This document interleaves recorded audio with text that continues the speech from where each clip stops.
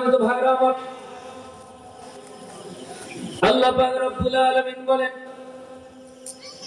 ওয়ালা তাহিনু ওয়ালা তাহজানু ওয়া আনতুমুল আ'লাউনা ইন কুনতুম মুমিনিন।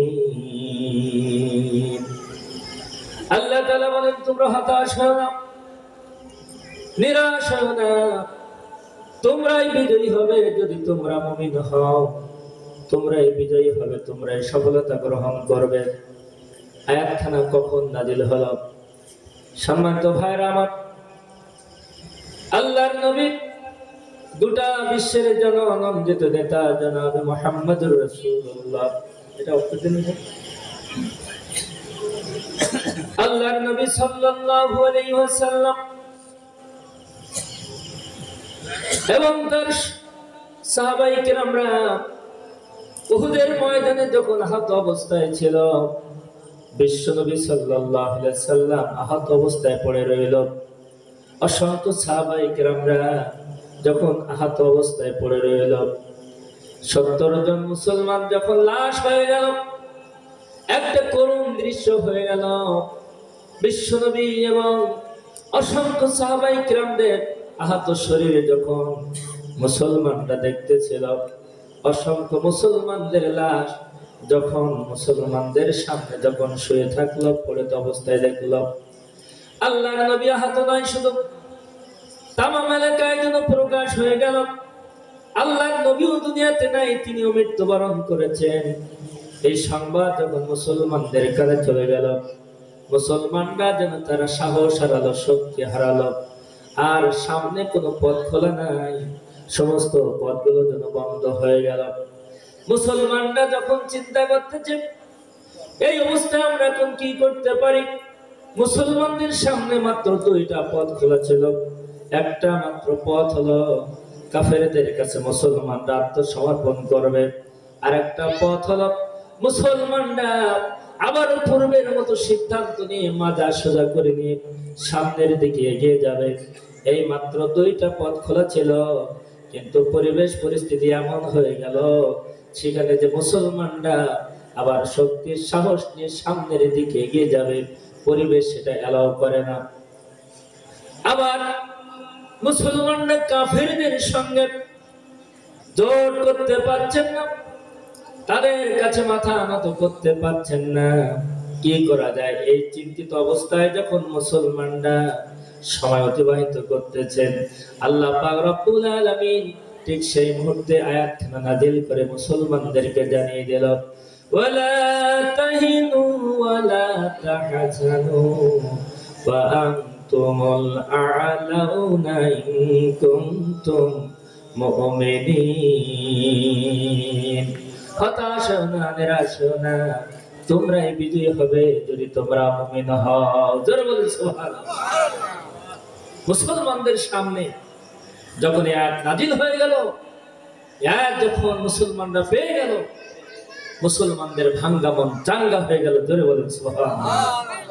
আর মুসলমানরা তাদের সেই সাহস হারা অবস্থায় সময় অতিবাহিত করেন নাই। মুসলমানরা আবার শক্তি নিয়ে সাহস নিয়ে সামনে এগিয়ে যাওয়ার জন্য আবার শপথ গ্রহণ করলেন। জোরে বলেন সুবহানাল্লাহ। আল্লাহ তাআলা বললেন, ইন তানসুরুল্লাহ ইয়ানসুরকুম ওয়া ইউসাব্বিত আকদামাকুম। যদি তোমরা আমাকে সাহায্য করো, আমিও তোমাদেরকে সাহায্য করব। যদি তোমরা আমাকে সাহায্য করো, আমিও তোমাদেরকে সাহায্য করব। তার মানে কি, আল্লাহ তাআলা কি অসহায় হয়ে পড়লেন? আল্লাহ তাআলার সাহায্যের দরকার, মানুষের শেল্টার দরকার, তা তো না। আল্লাহ তাআলা বলেন, ইন তানসুরুল্লাহ, যদি তোমরা আমি আল্লাহকে সাহায্য করো, অর্থাৎ আমার জমিন আমার দিন কায়েমের জন্য শক্তি এবং সাহস নিয়ে যদি তোমরা আবারও সামনের দিকে এগিয়ে যেতে পারো, তাহলে আমি আনসুরকুম, আমি তোমাদেরকে সাহায্য করব। ওয়া ইউসাব্বিত আকদামাকুম, আমি তোমাদের শক্তি সাহস এবং তোমাদের কদমকে আমি আরো শক্তিশালী করে দেব। জোরে বলেন সুবহানাল্লাহ। সূরা মুহাম্মাদের ভিতরে এই আয়াত আবার নাযিল হয়ে গেল। পাশাপাশি যখন আয়াতগুলো নাযিল হয়ে গেল, মুসলমানরা আস্তে আস্তে করে তাদের শক্তি সাহস পেয়ে পাচ্ছে, আর তাদের ভয়ের ভিতরে থাকতে হলো না, তারা আস্তে আস্তে করে শক্তি সাহস নিয়ে গেলেন।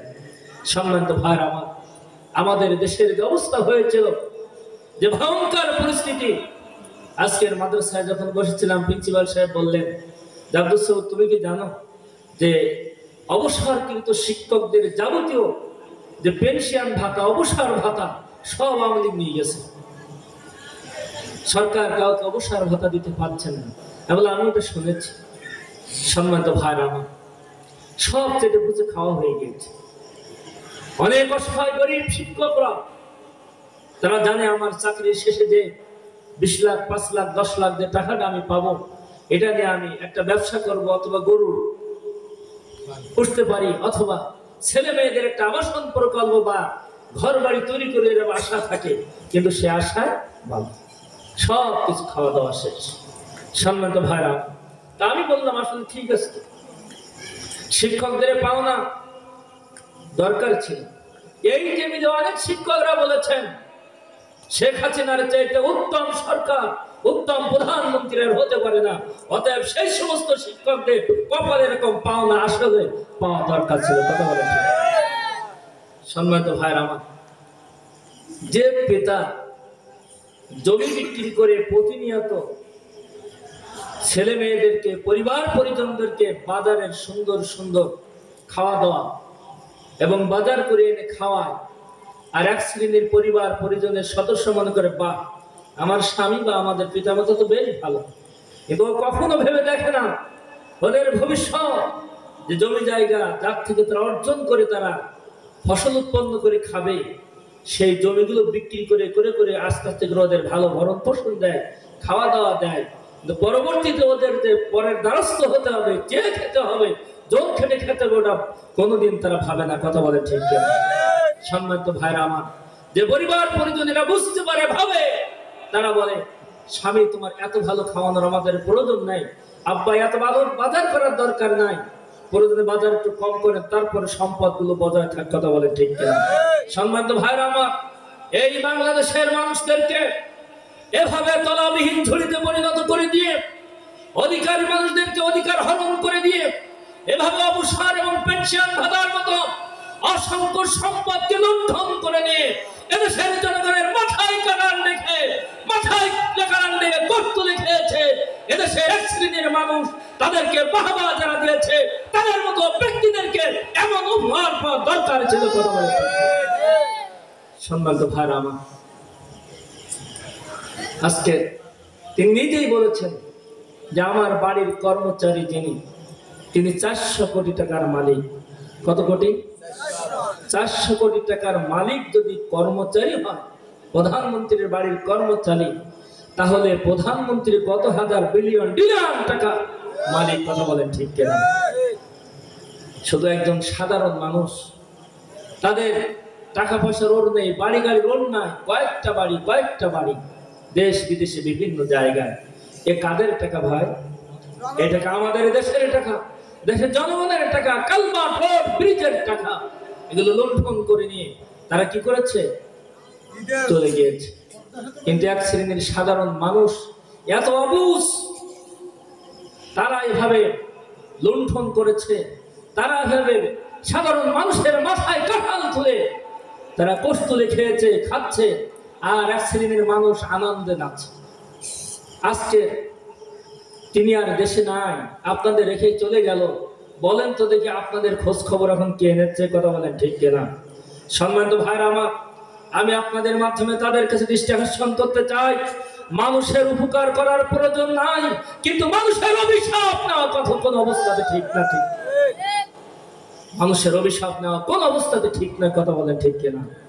সম্মানিত ভাইরা আমার, এদেশের অসংখ্য মানুষ, আজকের আল্লামা দিলওয়ার হোসেন সাইদি সাহেবের যখন হাসপাতালে নিয়ে যাওয়া হলো, ছেলেরা পিতার সাথে সাক্ষাৎ করবে এতটুকু সুযোগও দেওয়া হলো। কত বড় ষড়যন্ত্র! এই ষড়যন্ত্র করে তাকে দুনিয়ার থেকে বিদায় করে দেওয়া হয়েছে। কথা বলে ঠিক কিনা? সম্মানিত ভাইরা আমার, এই ছেলে মেয়েরা কি আপনাদের জন্য অভিশাপ দেবে না? তাদের চোখের পানি কি আপনাদের বিপদের কারণ হবে না? মাজলুমের চোখের পানি অবশ্যই আজ হোক কাল হোক কবুল হবেই। সম্মানিত ভাইরা আমার, আমরা জানতাম, পড়তাম, বলতাম, ওয়াজ করতাম, নসিহত করতাম, কিন্তু বাস্তবে আমাদের চোখে দেখার সুযোগ হয় নাই। আজকের মুসা ফিরাউনের ওয়াজ আমরা করেছি, নমরুদ ইব্রাহিম আলাইহিস সালাতু ওয়াস সালামের আমরা অজনসিহাত করেছি, কিন্তু বাস্তবে যে আল্লাহ তাআলার সাহায্যটা আমরা দেখি নাই, দেখার সুযোগ হয় নাই। কিন্তু বর্তমান সময়ে এ বাংলাদেশে এভাবে নব্য নমরুদদের বিচার ব্যবস্থা আল্লাহ তাআলা আমাদের দেখার সুযোগ দিয়েছে। কথা বলেন ঠিক? সম্মানিত ভাইরা আমার, আল্লাহ পাক রব্বুল আলামিন বলেন, যদি তোমরা আমাকে সাহায্য করো, আমি আল্লাহ পাক রব্বুল আলামিন তোমাদেরকে সাহায্য করব। এই বাংলাদেশের অবস্থা এমনটি হয়েছিল, আলেম ওলামাদের থাকার জায়গা ছিল না, আলেম ওলামারা তাদের বাসস্থান ছিল জেলখানা। হাজার হাজার মানুষ দুঃখ করেছে, কষ্ট করেছে, অসংখ্য মানুষ তাদের জন্য দোয়া করেছে ঠিকই, কিন্তু তারা লাগাতার এভাবে তাদের উপরে জুলুম নির্যাতন করে গিয়েছে।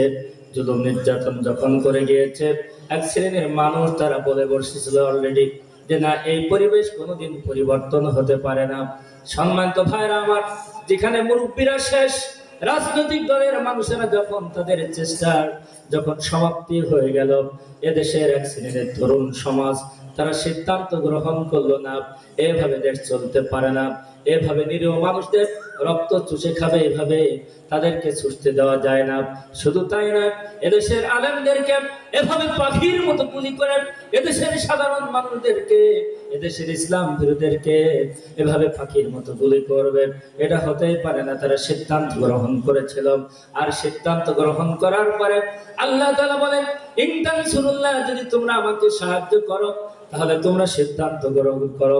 এই সিদ্ধান্ত গ্রহণ করাটাই হলো আমি আল্লাহ তাআলার প্রতি সাহায্য করা দিনের জন্য। এই দিনের জন্য যদি তোমরা সিদ্ধান্ত গ্রহণ করতে পারো, আমি আল্লাহ তোমাদেরকে সাহায্য করব।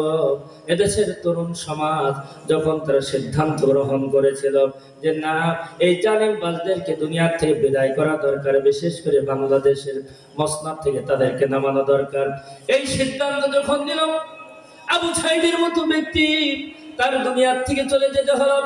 অসংখ্য মায়ের কোল যখন খালি হয়ে গেল, অসংখ্য মারা যখন বিধবা হয়ে গেল, অসংখ্য মহিলারা যখন সন্তান হারা হয়ে গেল, তারপরও এদেশের তরুণ সমাজ থামে না।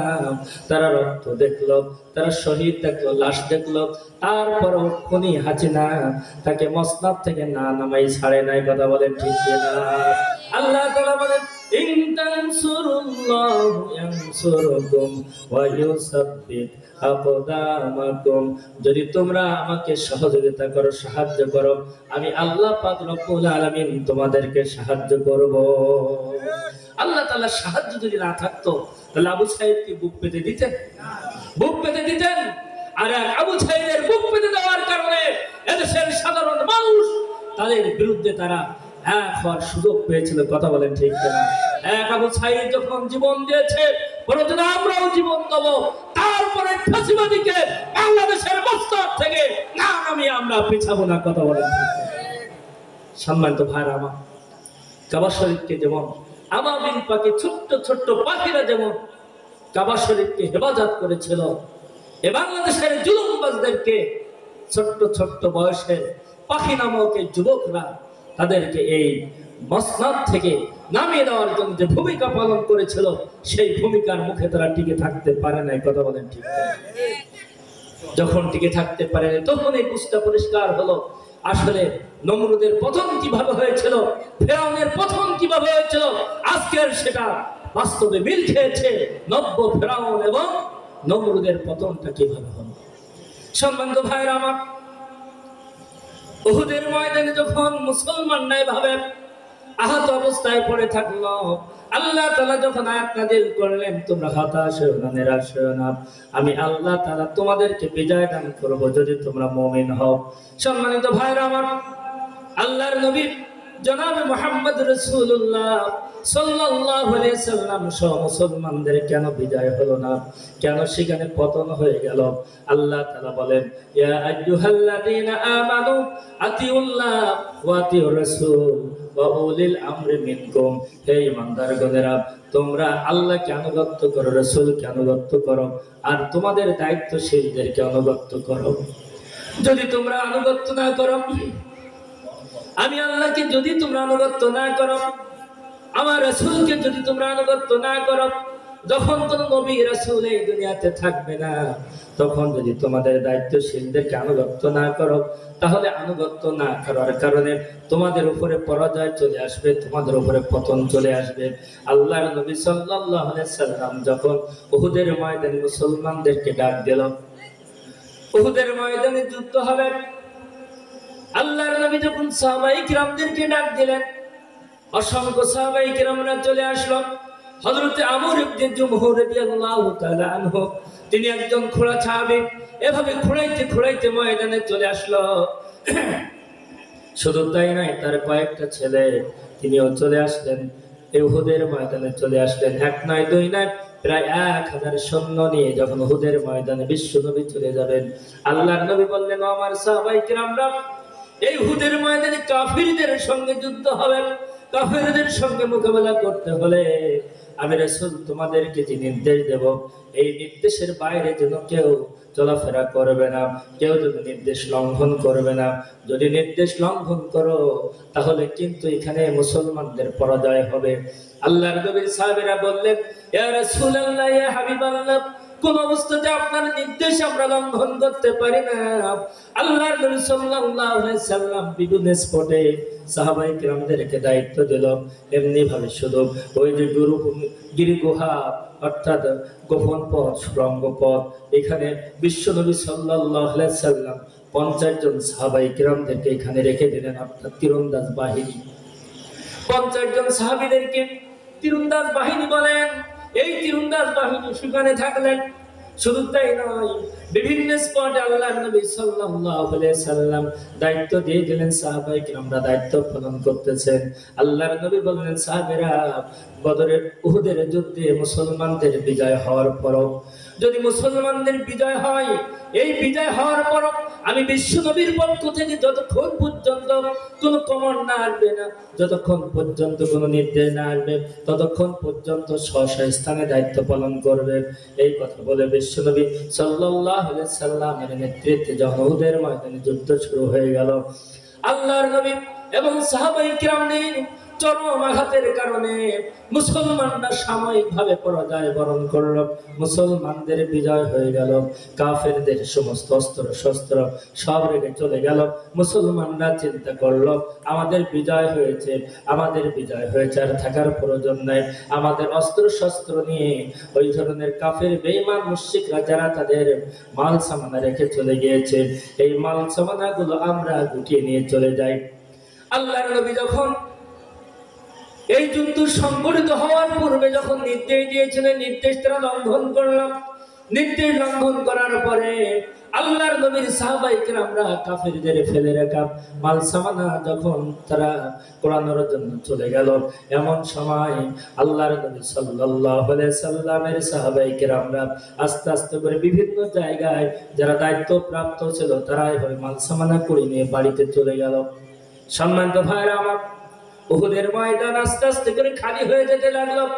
কাফির বেঈমান মুশরিকরা সেখানে তারা অবস্থান করতেছে, আর এই পরিস্থিতি লক্ষ্য করতেছে যে না, উহুদের ময়দানে হয়তোবা মুসলমানরা থাকবে না, খালি হয়ে যাবে। যদি মুসলমানরা চলে যায় আর আল্লাহর নবী যদি থেকে যায়, আল্লাহর নবীর খতম করার জন্য আমরা বিভিন্ন কলা কৌশল করি, কিন্তু আজ পর্যন্ত আমরা সেটা বাস্তবায়ন করতে পারি নাই। কিন্তু উহুদের ময়দানে মুসলমানরা যখন চলে যাবে, আল্লাহর নবী যখন একাকী হয়ে যাবে, এই পরিবেশ যদি আমরা পেয়ে যাই, তাহলে আজকের আল্লাহর নবীকে খতম করে দেব। সম্মানিত ভাইরা আমার, এই চিন্তা ফিকির করতেছে এমন সময় আল্লাহর নবী সাল্লাল্লাহু আলাইহি সাল্লাম লক্ষ্য করলেন উহুদের ময়দানে মুসলমানরা নাই, মুসলমানরা সব ফাঁকা হয়ে গিয়েছে। মাত্র 12 জন সাহাবী সেখানে থাকলো। আল্লাহর নবী সাল্লাল্লাহু আলাইহি ওয়াসাল্লাম এই সাহাবায়ে কিরামদেরকে লক্ষ্য করে বললেন, ও আমার সাহাবীরা, তোমরা শোনো, আজকে উহুদের ময়দানে মুসলমানদের প্রথম পর্যায়ে বিজয় হয়েছিল, কিন্তু মুসলমানরা তাদের নবীর কথা অনুসরণ না করার কারণে আনুগত্য না করার কারণে, না মানার কারণে আজকের উহুদের ময়দান খালি হয়ে গিয়েছে। এখনই কাফেররা, এখনই ওই সমস্ত মুশরিকরা উহুদের ময়দানে প্রবেশ করবে। আর যদি তারা প্রবেশ করতে পারে তাহলে আজকে আল্লাহর নবীকে তারা চিরদিনের জন্য খতম করে দিবে, চিরদিনের জন্য খতম করে দেবে। অতএব কে কোথায় রয়েছে দ্রুত চলে আসো তোমাদের নবী বিশ্ব নবী সাল্লাল্লাহু আলাইহি সাল্লামের জীবন রক্ষার জন্য।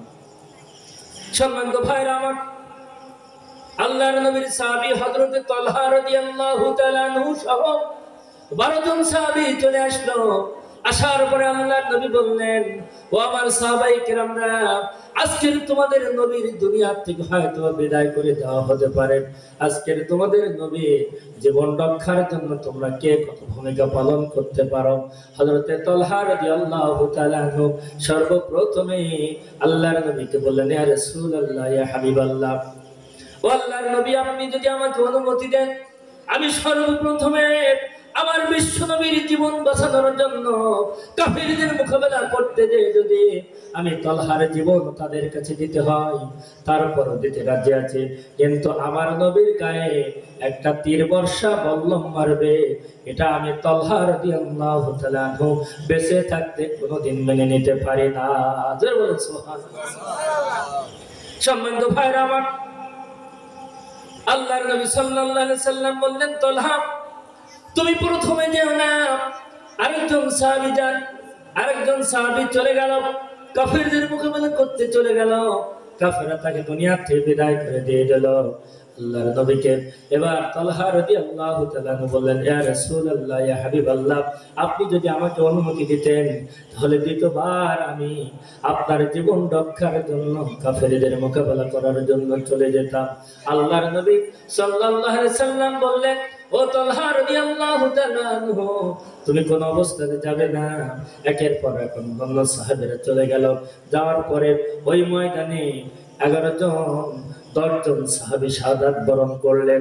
2 জন সাহাবী বেঁচে থাকলেন, হযরত তালহা রাদিয়াল্লাহু তাআলা আনহু এবং আবু দুজানা, এই সাহাবী 2 জন বেঁচে থাকলেন। কিন্তু সাহাবী আবু দুজানা, এই সাহাবী তার চোখের ভিতর থেকে এমন ভাবে, এই চোখের ভিতরে এমন ভাবে তারা গুলি মেরেছে, এমন ভাবে তারা তীর মেরেছে, চোখ বেরিয়ে এসেছে, চোখ দুইটা যেন তাদের চোখের কপালের নিচে ঝুলতেছে। থাকে মাত্র তালহা রাদিয়াল্লাহু তাআলা আনহু। আল্লাহর নবী বললেন, তালহা যাও, তোমাদের প্রায় 11 জন ভাই শাহাদাত বরণ করেছে, মাত্র একজন বেঁচে আছে, আবু দুজানা, আর তুমি বেঁচে আছো, যাও যে তোমাদের নবীর জীবন রক্ষার জন্য কি ভূমিকা পালন করতে পারো, চলে যাও। হযরত তালহা রাদিয়াল্লাহু তাআলা আনহু সর্বশেষ বিশ্ব নবী তাকে অনুমতি দিয়ে দিলেন। হযরত তালহা রাদিয়াল্লাহু তাআলা আনহু আল্লাহু আকবার হুঙ্কার দিয়ে কাফেরদের দিকে যখন চলে গেল, কাফেররা দৌড়ায় চলে গেল সামনের দিকে। যখন কাফেররা দৌড়ায় সামনের দিকে চলে গেল, হযরত তালহা রাদিয়াল্লাহু তাআলা আনহু পিছন ফিরে বিশ্ব নবী সাল্লাল্লাহু আলাইহি ওয়াসাল্লামের কাছে চলে আসার জন্য আবার দৌড়ে চলে আসতেছে। যখন পিছন ফিরে বিশ্ব নবীর দিকে চলে আসতেছে, কাফেররা আবার ওই দিকে ফিরে এত পরিমাণে তীর বর্ষা বল্লম হযরত তালহা রাদিয়াল্লাহু তাআলা আনহুর পিঠে মারতে শুরু করলো। তারপর তালহা রাদিয়াল্লাহু তাআলা কিছু মনে না করে, কষ্ট অনুভব না করে আল্লাহর নবীকে ঘাড়ে করে নিয়ে একটা পাহাড়ের পাদদেশে নিয়ে যাওয়ার জন্য চলে আসলো। কিছু দূর যাওয়ার পরে যখন তালহা রাদিয়াল্লাহু তাআলা চিন্তা করলেন, না, আমি যদি বিশ্ব নবীকে সামনে নিয়ে যেতে শুরু করি তাহলে পিছন দিক থেকে এসে আল্লাহর নবী এবং আমাকে 2 জনকে তারা দুনিয়া থেকে বিদায় করে দিতে পারে। হযরত তালহা রাদিয়াল্লাহু তাআলা বিশ্ব নবীকে ওইখানে রাখলেন। রাখার পরে আবার পিঠ ফিরে পিছন দিকে চলে আল্লাহু আকবার বলে যখন কাফেরদের যখন আবার তাড়িয়ে নিয়ে গেলেন, কাফেররা যখন দৌড়ায় চলে গেল, আবার কিছু দূর যাওয়ার পরে হযরত তালহা রাদিয়াল্লাহু তাআলা একা সমস্ত কাফেরদেরকে তাড়িয়ে নিয়ে যাচ্ছেন। যাওয়ার পরে আবার তালহা রাদিয়াল্লাহু তাআলা পিঠ ফিরে চলে আসলেন। আসার পরে আল্লাহর নবীকে ঘাড়ে করে নিয়ে পাহাড়ের পাদদেশে নিয়ে যাওয়ার জন্য চলে গেল। এদিকে আবার তীর বর্ষা বললাম বর্ষার মতো হযরত তালহার পিঠে চলতেছে, আর আল্লাহর নবী সাল্লাল্লাহু আলাইহি সাল্লামের এভাবে বুকের ভিতরে করে নিয়ে পাহাড়ের পাদদেশে নিয়ে চলে গেল। হযরত তালহা রাদিয়াল্লাহু তাআলা পাহাড়ের পাদদেশে রাখলেন। রাখার পরে হযরত তালহা রাদিয়াল্লাহু তাআলা বেহুশ হয়ে পড়ে গেল। হযরত আবু বকর রাদিয়াল্লাহু তাআলা এবং ওমর রাদিয়াল্লাহু তাআলা দুইজন বিশ্বনবীর খেদমতে চলে আসলো। আল্লাহর নবী বললেন, ও আবু বকর, তোমাকে আমার দেখার প্রয়োজন নাই। তোমার ভাই তালহা রাদিয়াল্লাহু তাআলা যে ওই পাহাড়ের পাদদেশে এভাবে বেহুশ হয়ে পড়ে আছে, জীবন্ত কোন শহীদকে যদি তুমি দেখতে চাও, ওমর, যদি তোমরা কোন জীবন্ত শহীদকে দেখতে চাও তাহলে যাও হযরতে তালহা রাদিয়াল্লাহু তাআলা কে দেখো। হযরতে আবু বকর রাদিয়াল্লাহু তাআলা এবং তালহা রাদিয়াল্লাহু তাআলা দুইজন চলে গেল। হযরত আবু বকর রাদিয়াল্লাহু তাআলা এবং ওমর রাদিয়াল্লাহু তাআলা দুইজন চলে গেল হযরতে তালহাকে দেখার জন্য। হযরতে তালহাকে যখন দেখলেন, হযরতে আবু বকর বললেন, হযরতে তালহা রাদিয়াল্লাহু তাআলা মনে মৃত্যুবরণ করেছে। হযরত ওমর রাদিয়াল্লাহু তাআলা বললেন, তাও মৃত্যুবরণ করতে পারে, কারণ এত পরিমাণে তার পিঠের উপরে আঘাত, এত আঘাত নিয়ে বেঁচে থাকাটা অসম্ভব, এত আঘাত নিয়ে বেঁচে থাকা অসম্ভব, হয়তো মৃত্যুবরণ করতেও। আল্লাহর নবীর সাহাবী হযরতে তালহা রাদিয়াল্লাহু তাআলা মৃত্যুবরণ করেন নাই, কিন্তু বেহুশ হয়ে পড়ে রয়েছে। হযরত ওমর ফারুক রাদিয়াল্লাহু তাআলা মাঝে মধ্যে বলে থাকেন, আমি হযরতে তালহা রাদিয়াল্লাহু তাআলা পিঠের ভিতরে মাঝে মধ্যে আমার আঙ্গুলগুলো ঢুকিয়ে দেই, আর আমি পর্যবেক্ষণ করে আল্লাহর নবীকে বাঁচানোর জন্য কেমন ভূমিকা হযরতে তালহা রাদিয়াল্লাহু তাআলা রেখেছিলেন। শুধু তাই নয়, হযরতে তালহা রাদিয়াল্লাহু তাআলা বিশ্ব নবীর প্রতি এত মহব্বত, আল্লাহর নবী সাহাবায়ে কিরামদেরকে নিয়ে মসজিদে নববীর ভিতরে বসে আছেন। এমন সময় মেহমান চলে এসেছে, কারণ বাড়িতে কোনো খাদ্য আছে কিনা বিশ্ব নবী বললেন, যদি কোনো খাদ্য থেকে থাকে তাহলে মেহমানের জন্য নিয়ে আসো। কারোর বাড়িতে কোনো খাদ্য নেই, একমাত্র হযরতে তালহা রাদিয়াল্লাহু তাআলা। আল্লাহর নবীকে বললেন, ইয়া রাসূলুল্লাহ, ইয়া হাবিবাল্লাহ, আপনি যদি আমাকে অনুমতি দেন আমি বাড়িতে চলে যাই, আমি একটু দেখতে পারি বাড়িতে কিছু আছে কিনা। হযরতে তালহা রাদিয়াল্লাহু তাআলা বাড়িতে চলে গেল। বাড়িতে যাওয়ার পরে স্ত্রীকে বলল, স্ত্রী, আল্লাহর নবীর মেহমানের জন্য কোনো খাদ্য দেওয়া যাবে কিনা, মেহমানদারি করা যাবে কিনা। স্ত্রী বলল, না, কোনো খাদ্য দেওয়ার কোনো সুযোগ নাই, বাড়িতে কিছুই নাই, বাচ্চাদের জন্য অল্প খাদ্য রয়েছে, যদি নিয়ে যেতে চান তাহলে সেটা ছাড়া আর কিছুই না। হযরত তালহা রাদিয়াল্লাহু তাআলা সেটাই নিয়ে আসলেন। আসার পরে বিশ্ব নবীর মেহমানকে মেহমানদারি করলেন।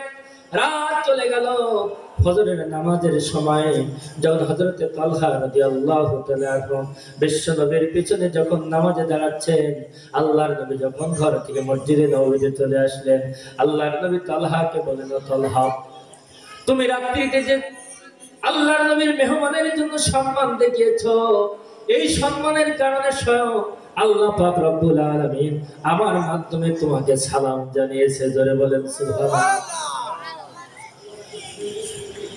তোমার জন্য আল্লাহ তাআলা সালাম জানিয়েছে। তুমি যে ত্যাগের দৃষ্টান্ত স্থাপন করেছো। সম্মানিত ভাইরা, এভাবে সাহাবায়ে কেরাম বিশ্ব নবীর জন্য ত্যাগের নজরানা ছিলেন, ত্যাগের জন্য একটা সাদৃশ্য ছিলেন। সাহাবায়ে কেরাম এভাবে আল্লাহর নবীর জন্য এভাবে তারা সহযোগিতা করতেন, সাহায্য করতেন, সর্বক্ষণ বিশ্ব নবীর কমন ফলো করার জন্য চেষ্টা করতেন। সম্মানিত ভাইরা আমার, হযরতে তালহা রাদিয়াল্লাহু তাআলা জীবনে যখন আমি সর্বপ্রথমে পড়েছি, পড়তে পড়তে আমার বইয়ের পৃষ্ঠা ভিজে গিয়েছে চোখের পানিতে। যে একজন ব্যক্তি তার নবীকে, তার নবীর জীবন বাঁচানোর জন্য এত তীর বর্ষা বল্লমকে উপেক্ষা করে নিয়ে কিভাবে ভূমিকা রাখতে পারে। সম্মানিত ভাইরা আমার, এই যে 11 জন না 10 জন ব্যক্তি, 10 জন সাহাবী শাহাদাত বরণ করলেন, মাত্র 2 জন বেঁচে থাকলেন, কিন্তু তালহার মাধ্যমে আল্লাহ তাআলা বিশ্ব নবীকে যে বাঁচিয়ে রাখলেন, এটা কি তালহার কোনো কৃতিত্ব? বলেন তো দেখি ভাই, কথা বলেন, কথা বলেন। আল্লাহ তাআলার খাস মেহেরবানি, আল্লাহ তাআলার রহমত, বরকত এবং সাহায্য যদি না থাকতো, তালহা কি বাঁচতেন? তালহাকে বিশ্ব নবীকে বাঁচানোর জন্য কোনো শক্তি পেতেন? সম্মানিত ভাইরা আমার, আমি মনে করি এটা বিশ্ব নবী সাল্লাল্লাহু আলাইহি সাল্লামের একটা মুজিজা। সম্মানিত ভাইরা আমার, আল্লাহর নবী সাল্লাল্লাহু আলাইহি সাল্লাম দাঁড়িয়ে আছেন, একজন বেদুইন এসে বললেন, ইয়া রাসূলুল্লাহ, ইয়া হাবিবাল্লাহ, এই যে বাবলা গাছটা দেখা যায়, এই বাবলা গাছটা যদি আপনার পাশে আনতে পারেন আপনার মুজিজা দিয়ে, আবার যদি স্থানে লাগিয়ে দিতে পারেন, আমি বেদুইন এখান থেকে আপনার হাতে ইসলাম গ্রহণ করব, আর জীবনে কখনোদিন আমি মূর্তি পূজা করব না, কোনোদিন মূর্তি পূজা করব না। বলেন তো দেখি, বিশ্বনবীকে যখন এই কথা বলছেন, অনেক সাউন্ড বড়, বিশ্বনবীকে যখন এই কথা বলতেছেন, তখন আল্লাহর নবী সাল্লাল্লাহু আলাইহি ওয়াসাল্লাম বলছেন, সে কি করে সম্ভব? একটা গাছ কি কোনোদিন একটা স্থান থেকে কাছে আনা যায়, আবার স্থানে গিয়ে এটাকে আবার পূর্বের মতো লাগিয়ে দেওয়া সম্ভব? কিন্তু বিশ্বনবী সাল্লাল্লাহু আলাইহি ওয়াসাল্লামের জন্য এটা অসম্ভব ছিল। বলেন বলেন, অসম্ভব ছিল? সম্মানিত ভাইরা আমার, বিশ্বনবী সাল্লাল্লাহু আলাইহি ওয়াসাল্লাম যখন কোনো সমস্যায় পড়তেন, দুহাত উঁচা করতেন, হাত উঁচা করতে দেরি হতো, বিশ্বনবীর দোয়া আল্লাহর কবুল করতে দেরি হতো না। কথা বলেন ঠিক কিনা? আমার ভাইরা, আল্লাহ পাক রব্বুল আলামিন হযরত জিবরাইল আলাইহিস সালাতু ওয়াস সালামকে পাঠিয়ে দিলেন, ও জিবরাইল আলাইহিস সালাতু ওয়াস সালাম, তুমি চলে যাও। মুশরিকরা আমার নবীর কাছে প্রশ্ন করেছেন, মুজিজা দেখতে চেয়েছেন। আমার নবী মুহাম্মদ রাসূলুল্লাহ সাল্লাল্লাহু আলাইহি সাল্লামকে আঙ্গুল দিয়ে ইশারা করতে বলো। আঙ্গুল দিয়ে যখন ইশারা করবে গাছটা চলে আসবে। হযরতে জিবরাইল আলাইহিস সালাতু ওয়াস সালাম আল্লাহর নবীর কাছে চলে আসলেন। আল্লাহর নবীকে বললেন, ইয়া রাসূলুল্লাহ, ইয়া হাবিবাল্লাহ, আপনার রব, আপনার প্রতিপালক আল্লাহ পাক রব্বুল আলামিন আপনার জন্য কৌশল পাঠিয়েছেন। জোরে বলুন সুবহানাল্লাহ। হযরত জিবরাইল আলাইহিস সালাম বললেন, আপনি আঙ্গুল দিয়ে ইশারা করেন। বিশ্বনবী সাল্লাল্লাহু আলাইহি সাল্লাম আঙ্গুল দিয়ে ইশারা করলেন, গাছটা চলে আসলো। আবার আঙ্গুল দিয়ে ইশারা করলো, গাছটা আবার পূর্বের স্থানে যে অগ্নিভাবে গাছের মতো আবার অবস্থান করলেন। বিশ্বনবী সাল্লাল্লাহু আলাইহি সাল্লামের এই মুজিজা দেখে হযরতে মুহাম্মদ রাসূলুল্লাহ সাল্লাল্লাহু আলাইহি সাল্লামের কাছে বেদুইন ইসলাম গ্রহণ করলো। জোরে বলেন সুবহানাল্লাহ। শুধু তাই নয়, ইসলাম গ্রহণ করলেন এবং সঙ্গে সঙ্গে বিশ্ব নবীর পায়ে সেজদায় পড়ে গেলেন। যখন সেজদায় পড়ে গেলেন, আল্লাহর নবী বললেন, ও সত্য ইসলাম গ্রহণকারী, তুমি যদি আমার পায়ে সেজদা করো আর এই সেজদা যদি জায়েজ হতো, আমি বিশ্ব নবী সাল্লাল্লাহু আলাইহি সাল্লাম তামাম স্ত্রীদের জন্য আমি ইরশাদ করতাম, নসিহত করতাম, তোমরা তোমাদের স্বামীদের পায়ে সেজদা করো। জোরে বলেন সুবহানাল্লাহ। আল্লাহর নবী বললেন, যদি মানুষের পায়ে সেজদা করা যেত, যদি জায়েজ হতো, আমি বিশ্ব নবী স্ত্রীদেরকে বলে দিতাম, তোমরা তোমাদের স্বামীদের পায়ে সেজদা করো। সম্মানিত ভাইরা আমার, বিশ্ব নবী ছিলেন স্বামীর আদর্শ। কথা বলেন ঠিক কিনা? তিনি ছিলেন স্বামীর আদর্শ। তিনি স্ত্রীদেরকে বলে দিতেন, তোমরা তোমাদের স্বামীর পায়ে সেজদা করো। পরম শ্রদ্ধেয় ভাই বাবাজিরা, স্বামী এবং স্ত্রী এই দুনিয়াতে শান্তির একটা উপকরণ। স্বামী এবং স্ত্রীর ভিতরে যদি মিল মহব্বত থাকে তাহলে সেটা সম্ভব, আর যদি মিল মহব্বত না থাকে তাহলে এটা হলো সম্ভব। সম্মানিত ভাইরা আমার, আমি আমার আলোচনার প্রায় শেষ পর্যায়ে চলে এসেছি।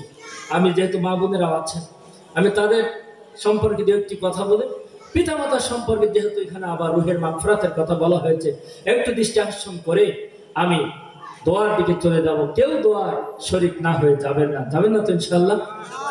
সম্মানিত ভাইরা আমার, আল্লাহর নবী সাল্লাল্লাহু আলাইহি সাল্লাম হযরতে হাফসা রাদিয়াল্লাহু তাআলা আনহাকে নিয়ে জ্যোৎস্না রাত্রিতে, অনেক সময় আমরা স্বামী স্ত্রী, অনেক সময় ভাই বোন অথবা পিতামাতা এভাবে ছাদের উপরে যে জ্যোৎস্না রাত্রে অথবা উঠানে যে বসে না, আমরা বসে, কিন্তু আল্লাহর নবী এবং হাফসা রাদিয়াল্লাহু তাআলা আনহা আল্লাহর নবীর স্ত্রী, আল্লাহর নবীর স্ত্রী তাকে নিয়ে এভাবে জ্যোৎস্না রাত্রিতে যে বসেছেন, মাদুর পেতেছেন। মাদুর পেতে হযরত হাফসা উরুর পারে মাথা দিয়ে বিশ্বনবী সাল্লাল্লাহু আলাইহি সাল্লাম তিনি শুয়ে আছেন। হযরত হাফসা রাদিয়াল্লাহু তাআলা আনহা বললেন, ইয়া রাসূলুল্লাহ, ইয়া হাবিবাল্লাহ, এই যে আকাশে কোটি কোটি তারকা দেখা যায়, এই কোটি কোটি তারকার ন্যায় সওয়াবে পরিপূর্ণ কোন ব্যক্তি কি দুনিয়াতে আছেন? সম্মানিত ভাইরা আমার, আল্লাহর নবী বললেন, হাফসা অবশ্যই রয়েছে। আল্লাহর নবীকে বললেন, ইয়া রাসূলুল্লাহ, ইয়া হাবিবাল্লাহ, তাহলে ওই ব্যক্তিকে আপনি একটু বলবেন কিনা? আল্লাহর নবী বললেন, হাফসা, ওই ব্যক্তি অন্য কেউ নয়, ওই ব্যক্তি হলো তোমার পিতা হযরত ওমর। আল্লাহর নবী যখন এই কথা বললেন, আবু বকরের কন্যা হযরত আয়েশা রাদিয়াল্লাহু তাআলা আনহা বিশ্বনবীর স্ত্রী ঘর থেকে শুনেছেন। শোনার পরে আবু বকর রাদিয়াল্লাহু তাআলা আনহুর কন্যা হযরত আয়েশা সিদ্দিকা রাদিয়াল্লাহু তাআলা আনহা তিনি চিন্তা করলেন, আমি একদিন বিশ্বনবীকে নিয়ে এই পরিবেশ তৈরি করব। হযরত আয়েশা সিদ্দিকা রাদিয়াল্লাহু তাআলা আনহা তিনিও বিশ্বনবীকে নিয়ে যখন এই পরিবেশ তৈরি করলেন, আয়েশার উপরে যখন বিশ্বনবী মাথা দিয়ে যখন ঘুমিয়ে আছেন, শুয়ে আছেন, এমন সময় আয়েশা প্রশ্ন করলেন, ইয়া রাসূলুল্লাহ, ইয়া হাবিবাল্লাহ, আকাশে কোটি কোটি তারকা রয়েছে, এই কোটি কোটি তারকার নেই সওয়াবে পরিপূর্ণ কোন ব্যক্তি সমাজে আছে কিনা? আল্লাহর নবী বললেন, অবশ্যই রয়েছে। আয়েশা সিদ্দিকা রাদিয়াল্লাহু তাআলা বললেন, ওই ব্যক্তিকে আমি শুনতে চাই। হযরত আয়েশা সিদ্দিকা রাদিয়াল্লাহু তাআলাকে বললেন, ও আয়েশা, তিনি অন্য কেউ নয়, ওই ব্যক্তি হলো তোমার পিতা হযরতে আবু বকর রাদিয়াল্লাহু তাআলা আনহু। জোরে বলেন সুবহানাল্লাহ। আয়েশা সিদ্দিকা রাদিয়াল্লাহু তাআলা বললেন, আমি তা মেনে নেব, কারণ আপনি তো ওই দিন হাফসাকে বলেছেন তার পিতা ওমরের কথা বলেছেন, আজকে আমি শুনছি আমার পিতা আবু বকরের কথা বলবেন, এটা আমি মেনে নিতে পারি না। আল্লাহর নবী বললেন, আয়েশা শোনো,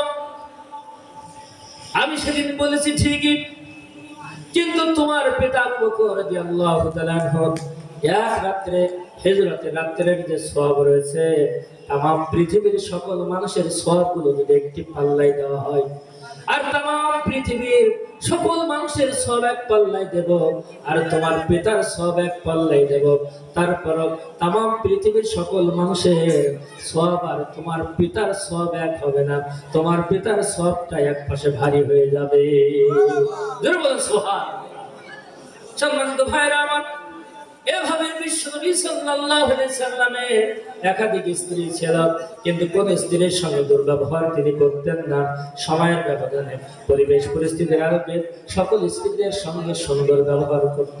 অনুরূপ ভাবে আমরা যারা আছি, আমাদের স্ত্রী রয়েছে, আমরা যেন আমাদের স্ত্রীদের সঙ্গে সুন্দর ব্যবহার করতে পারি, কিন্তু আমরা অনেক সময় তাদের সঙ্গে দুর্ব্যবহার করে বসি। আমার ভাইরা, আমরা যারা পুরুষ, আমরা অনেক ক্ষেত্রে আমরা একদিন সংসারে কাজ না করলেও হয়, কিন্তু স্ত্রীদেরকে কিন্তু আমাদের রান্না না করলে তাদের আপনার আমার খাওয়া হয় না, আমাদের পরিবারে চলে না। আমি বাইরে যেতে পারে 2 দিন 5 দিন 7 দিন, তারা কিন্তু একটি দিনও যেতে পারে না। এই কারণে আপনি এবং আপনার স্ত্রী দুইজন কিন্তু পরিপূরক। এই জন্য আল্লাহর নবী বলেছেন, স্বামী স্ত্রীর ভিতরে যাদের মহব্বত রয়েছে ওই ঘরটা জান্নাত, আর যে সমস্ত স্বামী স্ত্রীর ভিতরে মহব্বত নাই ওই ঘরটা হলো জাহান্নাম। আমার মামুনরা তারা অনেক খোদাবির, অনেক ইবাদত বন্দেগী করে থাকে, অনেক সময় দেখা যায় বাজার থেকে লবণ আনতে মনে নেই, এই জিনিসটা ছাড় দিতে পারে, অনেক সময় কঠিন ভাবে ধরে স্বামীকে। আবার যখন স্ত্রীর একটা সামান্য ত্রুটি পাওয়া যায়, স্বামীও খুব কঠিন ভাবে ধরে। এই যদি একে অপরকে যদি একটু ছাড় দেওয়া যেত, তাহলে পরিবারের শান্তি সমৃদ্ধি হতো, শান্তি বিরাজ করতো। এটা একে অপরের ছাড় দেওয়ার জন্য রাসূল পাক সাল্লাল্লাহু আলাইহি ওয়াসাল্লাম শিখিয়ে গিয়েছেন। আমরা সেটাই করার চেষ্টা করব। আমার ভাইরা, আমি পরিশেষে যে কথাটা বলতে চাই, আজকে আমরা এখানে যারা রয়েছি, আমরা যারা হাজির হয়েছি, আমরা যারা মাহফিল শুনতে গেছি, আমাদের অনেকের পিতামাতা দুনিয়ার থেকে চলে গিয়েছে, বেঁচে নাই। আবার অনেকের পিতামাতা দুনিয়ায় বেঁচে রয়েছে। আল্লাহর নবী বলেন, ওমা জান্নাতুকা ওয়া নারুকা, তোমার পিতামাতা তোমার জন্য জান্নাত অথবা তোমার জন্য জাহান্নাম।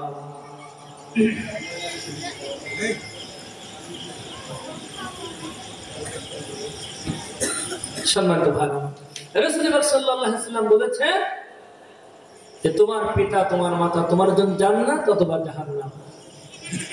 আমার ভাই, এই পিতা মাতা যারা পেল, রাসূল সাল্লাল্লাহু আলাইহি ওয়াসাল্লাম যখন মসজিদের মেম্বারে উঠছেন বলছে আমিন আমিন আমিন 3 বার বললেন। সাহাবায়ে কেরামরা জিজ্ঞাসা করলেন, হে আল্লাহর রাসূল, আপনি আমিন বলছেন কেন?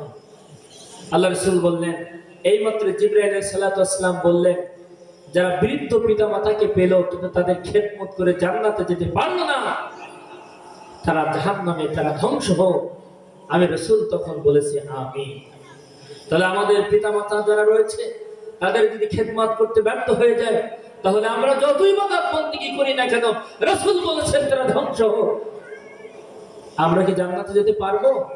এজন্য আমাদের পিতামাতা, বিশেষ করে আজকের এই ক্লাবের যুবকরা যারা রয়েছে, সদস্য যারা রয়েছে, আমার মনে হয় তাদের অধিকাংশদের পিতামাতা রয়েছে, তাদের সাথে সুন্দর ব্যবহার করা নৈতিক দায়িত্ব, ঈমানি দায়িত্ব, ফরজ। আল্লাহ তাআলা বলেন ওয়াকাদা রাব্বুকা আল্লা তা'বুদু ইল্লা ইয়্যাহু, আমার ইবাদতের পরে তোমরা তাদের সঙ্গে সুন্দর ব্যবহার করবে। এজন্য তাদের সাথে সুন্দর ব্যবহার করতে ব্যর্থ হয়ে গেলে আমরা জাহান্নামী হয়ে যাব। আল্লাহ রাসূল সাল্লাল্লাহু আলাইহি ওয়াসাল্লাম বলেছেন বাবান মাফতাহান মিনাল জান্নাহ বাবান মাফতাহান মিনাল জাহান্নাম। যদি পিতামাতাকে সন্তুষ্ট করে যদি রাত যাপন করে, তাদের জন্য দুইটা জান্নাতের দরজা খুলে যাবে। আবার পিতামাতাকে যদি অসন্তুষ্টি করে, অর্থাৎ তাদের মনে দুঃখ দিয়ে যদি রাত যাপন করে, রাসূল বললেন তাদের জন্য জাহান্নামের দুইটা দরজা খুলে যাবে। এজন্য আসুন আমাদের পিতামাতা যারা বেঁচে রয়েছে তাদের সাথে যদি আমরা সুন্দর ব্যবহার করি, আমাদের পিতামাতার সঙ্গে যদি কোনো অবস্থাতে দুর্ব্যবহার করি। সম্মানিত ভাইরা, পরিশেষে যে কথাটা বলতে চাই, আল্লাহ পাক রব্বুল আলামিন যে বললেন ওয়ালা তাহিনু ওয়ালা তাহজানু ওয়া আনতুমুল আ'লাউনা ইন কুনতুম মুমিনিন, তোমরা হতাশ হও না, নিরাশ হও না, তোমরাই বিজয়ী হবে যদি তোমরা মুমিন হও। সম্মানিত ভাইরা আমার, আজকের এই দুনিয়াতে, বিশেষ করে এই বাংলাদেশে আমরা অনেক আদর্শ দেখেছি, অনেক দল দেখেছি, অনেক মত দেখেছি, কিন্তু আমরা কোরআনের দল, কোরআনের মত, কোরআনের আদর্শ, কোরআনের রঙের অভিহিত যারা, তাদের শাসনটা আমরা দেখি নাই। কথা বলেন ঠিক কিনা? সম্মানিত ভাইরা, আমরা তাদের শাসনটা একটু দেখতে চাই, তাদের শাসনটা একটু দেখতে চাই। যে আসলে সকলের শাসন আমরা দেখেছি, যদি যারা আল্লাহকে ভয় করে, আল্লাহকে ভয় পেয়ে যারা সমাজ পরিচালনা করতে চায়, তাদের শাসনটা আমরা দেখতে চাই। যদি আমরা নিয়ম-নীতির মাধ্যম দিয়ে, যদি আমরা আলেমদের মাধ্যম দিয়ে ইসলামী নেতৃবৃন্দের কথা রেখে যদি আমরা চলতে পারি, এবং আগামীতে যদি তাদের অনুসরণ করে যদি আমরা সামনে এগিয়ে যেতে পারি, আল্লাহ পাক রব্বুল আলামিন এরকম একটা পরিবেশ দিতেও পারে। কথা বলে ঠিক কিনা? সম্মানিত ভাইরা আমার, আজকের এই সমাজে আমরা দেখেছি চাঁদাবাজিতে ভরে গিয়েছে। কথা বলে ঠিক কিনা? আগেও যা ছিল এখনো তাই রয়েছে, এরকম একটা পরিবেশ দেখা যাচ্ছে। তা আপনার ছেলে হোক, আমার ভাই হোক, আমার অনুসারী হোক, এরকম একটা দেখা যাচ্ছে। কিন্তু আমরা যারা এই কাজটা করবে, তা আওয়ামী লীগ হোক, বিএনপি হোক, জামাত হোক, অন্য কোনো দল হোক, আমরা তাদেরকে কোনোদিন গ্রহণ করতে পারি না। কথা বলেন ঠিক কিনা? সম্মানিত ভাইরা আমার, বরং আমরা তাদেরকে বুঝাবো, তাদের পাশে বলবো, তাদের আমরা বোঝানোর চেষ্টা করব। যদি তারা না বোঝার চেষ্টা করে, আমরা তাদের ত্যাগ করবো। কথা বলেন ঠিক কিনা? সম্মানিত ভাইরা আমার, এজন্য আসো আমরা যেন আমরা পরকালের জবাবদিহিতা নিয়ে যেন আমরা দুনিয়ার জীবন জিন্দেগি পরিচালনা করতে পারি। পরকালে যে আল্লাহর কাছে আমাদের প্রত্যেকটা মুহূর্তের হিসাব আল্লাহর কাছে দিতে হবে, এই অনুভূতি নিয়ে যেন আমরা দুনিয়ার জীবন জিন্দেগি পরিচালনা করতে পারি, এই উদাত্ত আহ্বান রাখতে চাই। পরিশেষে আপনাদের কাছে বলতে চাই, আজকের যে এই ক্লাবের যুবকরা মিলে যে তাফসীর